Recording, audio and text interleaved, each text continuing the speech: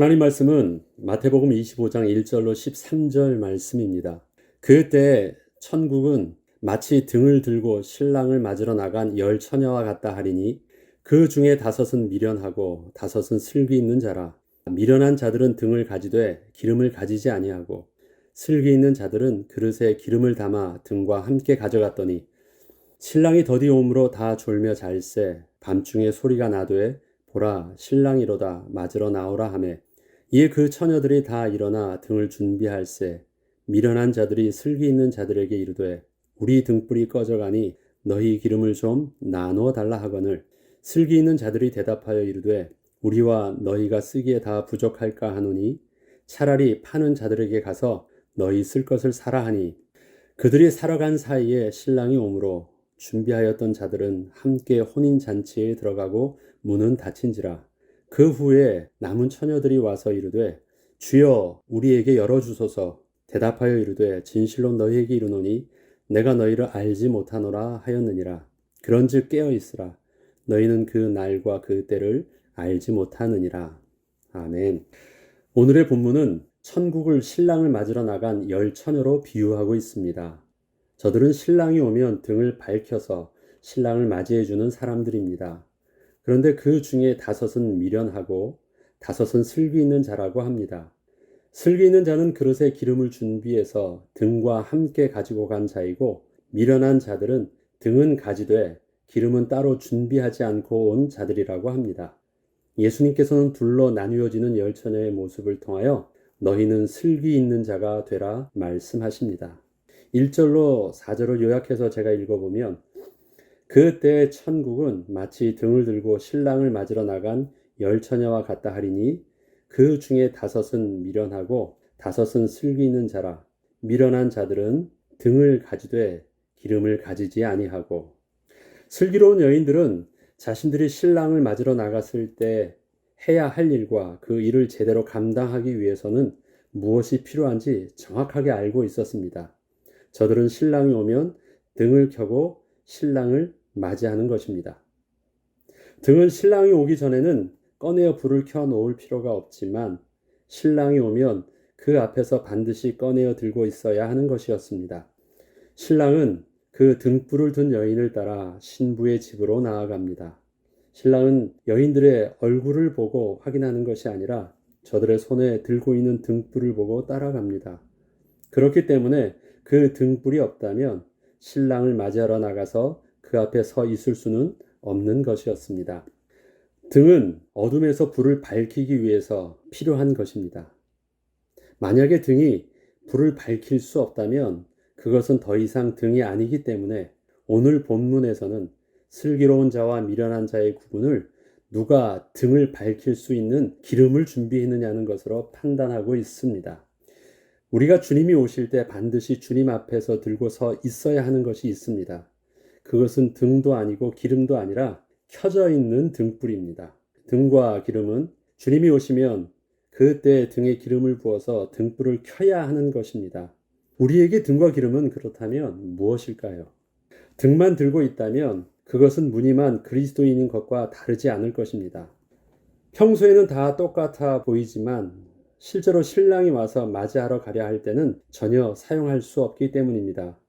그렇다면 기름은 무엇으로 비유할 수 있을까요? 생명의 근원 되시는 예수 그리스도의 생명의 비밀이 우리 안에 있느냐는 것입니다. 사도행전은 성령님을 예수의 영으로 기록하고 있습니다. 1절과 5절을 좀 더 읽어보면 그때의 천국은 마치 등을 들고 신랑을 맞으러 나간 열 처녀와 같다 하리니 그 중에 다섯은 미련하고 다섯은 슬기 있는 자라. 미련한 자들은 등을 가지되 기름을 가지지 아니하고 슬기 있는 자들은 그릇에 기름을 담아 등과 함께 가져갔더니 신랑이 더디 오므로 다 졸며 잘세. 신랑이 오기 전 저들의 모습은 서로 차이가 나지 않았습니다. 미련함과 슬기로움의 구분은 저들의 개인적인 능력에 의해서 결정된 것이 아니었습니다. 저들은 모든 것이 다 비슷한 사람들이 모여서 동일한 일을 하고 있던 사람들입니다. 저들의 신체적 능력 또한 서로 다르지 않았습니다. 열 처녀 모두가 기다리다가 밤이 늦어지니 다 피곤해서 졸았다고 합니다. 슬기로운 자는 깨어 있었고 미련한 자는 졸고 있었던 것이 아니었습니다. 저들을 구분짓는 유일한 기준은 신랑이 올 때 등을 밝힐 수 있게 하는 그 기름을 누가 미리 준비하고 있었느냐는 것이었습니다. 기름이 없으면 신랑을 맞이할 수 없었기 때문입니다. 아무리 여인들이 졸지 않고 밤새도록 신랑을 기다리고 있을 만큼 그 개인적인 열심이 뛰어났다 하더라도 만일 신랑이 왔을 때 그 등불을 밝히지 못한다면 그 본인의 열심은 아무 소용이 없는 것입니다. 기름을 등에 넣어 등불을 밝힌다는 것은 우리 안에 내주하는 성령께서 실질적으로 역사하시는 비밀이 있어야 우리의 삶이 하나님의 뜻과 시간표에 맞게 살 수 있음을 말합니다. 우리 안에 성령님이 함께 하신다는 것은 성령께서 주인 되사 우리를 주도하시는 것이기 때문에 이렇듯 우리에게 성령의 충만함이란 성령께서 우리의 삶의 주인이 되사 온전히 우리를 이끄시는 상태를 말합니다. 우리는 예수 그리스도를 영접할 때 성령 하나님께서 내주하심을 믿습니다. 그러면 그것으로 끝났다라는 것이 아닙니다.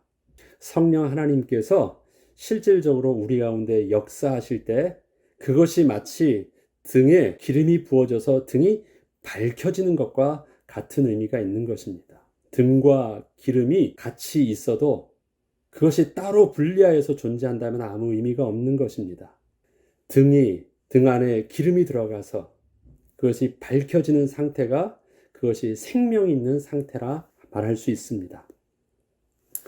6절을 보면 이제 저들이 신랑을 맞으러 나아갑니다.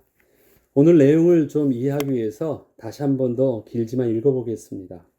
밤중에 소리가 나되 보라 신랑이로다 맞으러 나오라 하매 이에 그 처녀들이 다 일어나 등을 준비할세 미련한 자들이 슬기 있는 자들에게 이르되 우리 등불이 꺼져가니 너희 기름을 좀 나눠달라 하거늘 슬기 있는 자들이 대답하여 이르되 우리와 너희가 다 쓰기에 부족할까 하노니 차라리 파는 자들에게 가서 너희 쓸 것을 사라 하니 그들이 사러 간 사이에 신랑이 오므로 준비하였던 자들은 함께 혼인잔치에 들어가고 문은 닫힌지라 그 후에 남은 처녀들이 와서 이르되 주여 주여 우리에게 열어주소서 대답하여 이르되 진실로 너희에게 이르노니 내가 너희를 알지 못하노라 하였느니라.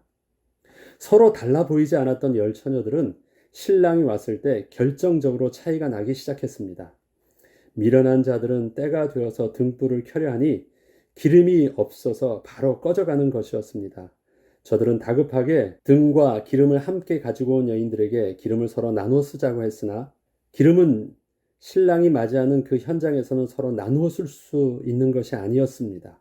기름을 미리 준비하였던 슬기로운 5 처녀들은 신랑이 왔을 때 신랑과 함께 잔치집에 들어갈 수 있었으나 기름을 미처 준비하지 못한 미련한 자들은 신랑의 길을 등으로 밝힐 수 없었기 때문에 신랑과 함께 잔치집에 들어갈 수 없었습니다.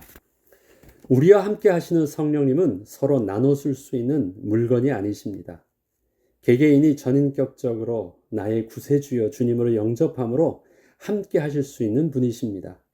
그러한 성령님은 예수 그리스도께서 이 땅에 재림주로 다시 오시기 전까지만 우리 안에 모실 수 있는 기회가 있습니다.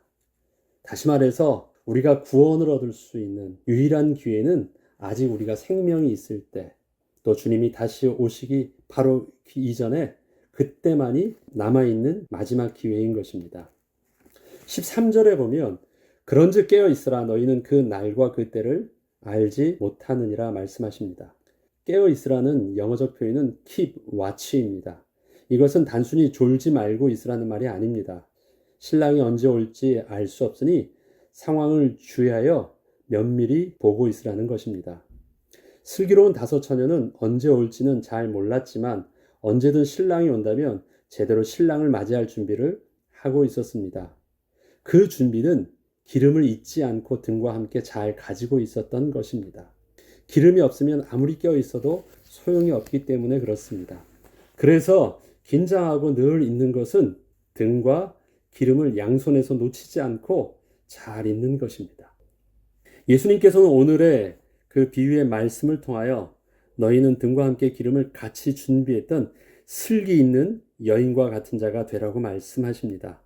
그리고 슬기 있는 자는 기름을 미리 준비하는 자임을 말씀해 주십니다. 그것은 우리에게 지금도 늦지 않았다고 말씀하시는 것입니다. 신랑이 올 때 그제서야 뭔가를 하려는 것은 너무 늦은 것이지만 신랑이 오기 전까지는 지금이라도 없는 기름을 준비할 기회가 남아있다는 것입니다.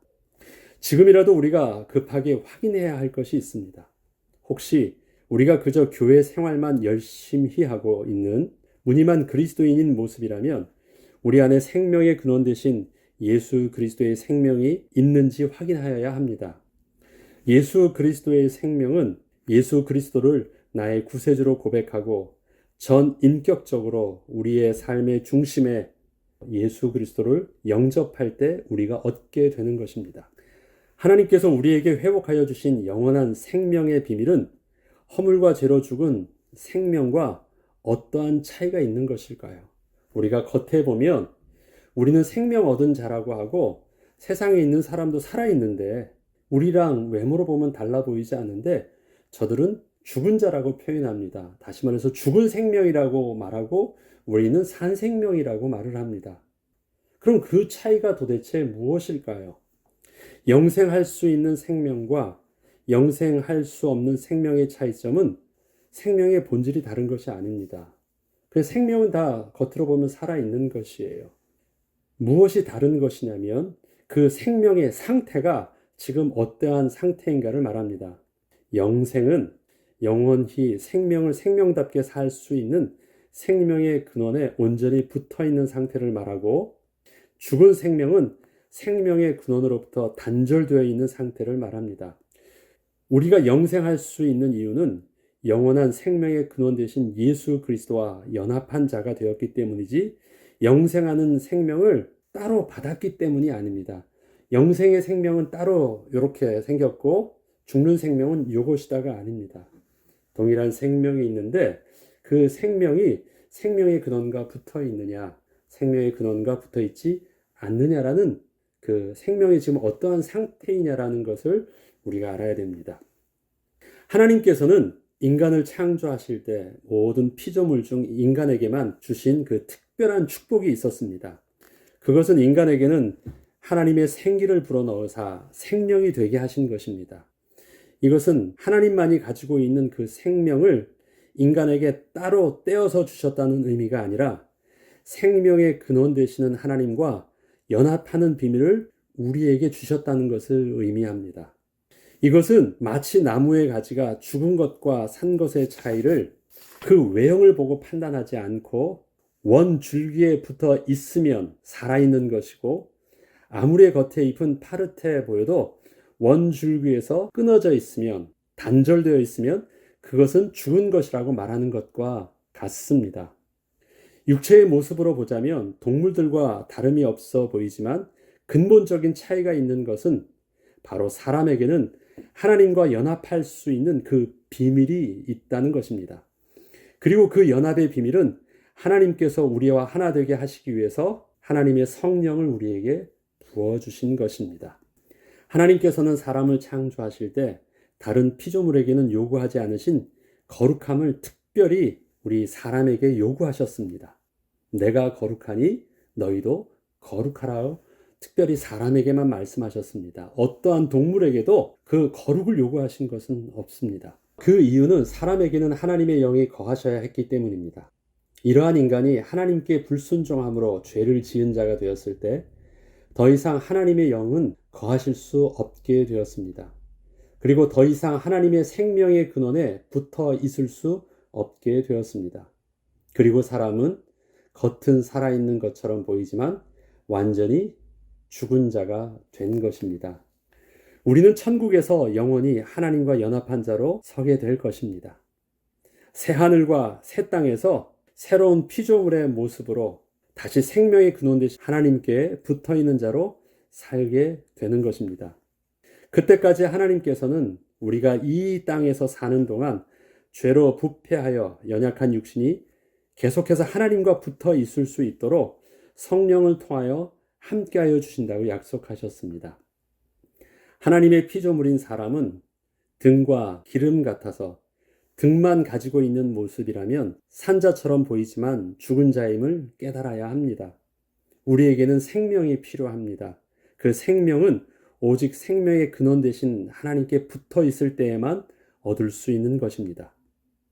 오늘도 우리가 하나님과 함께 할 수 있는 비밀은 우리를 하나님과 연합하게 하시는 예수의 영 되신 성령님이 우리와 함께 하여 주시기 때문입니다.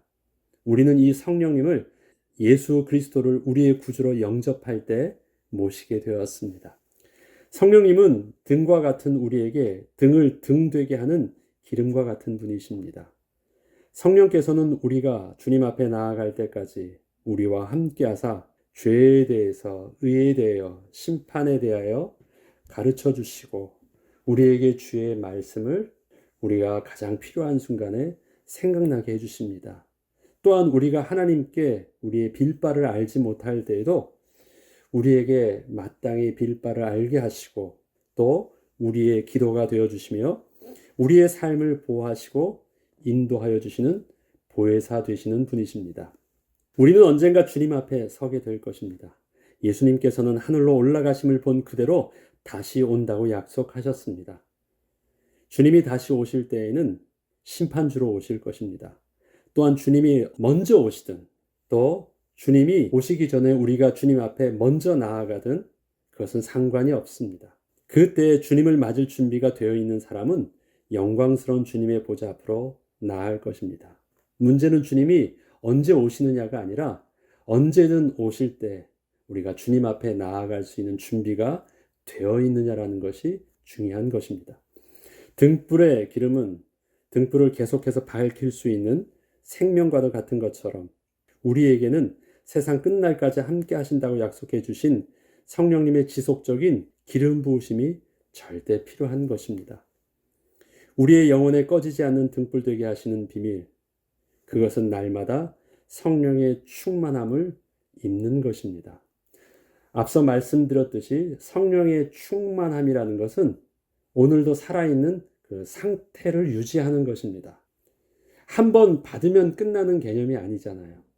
한번 되어졌으니까 그것은 나에겐 다 끝난 사실이 아니라 우리가 생명이 있다라는 것은 내가 지금 살아있다라는 것은 상태입니다. 오늘도 붙어 있더라는 상태입니다.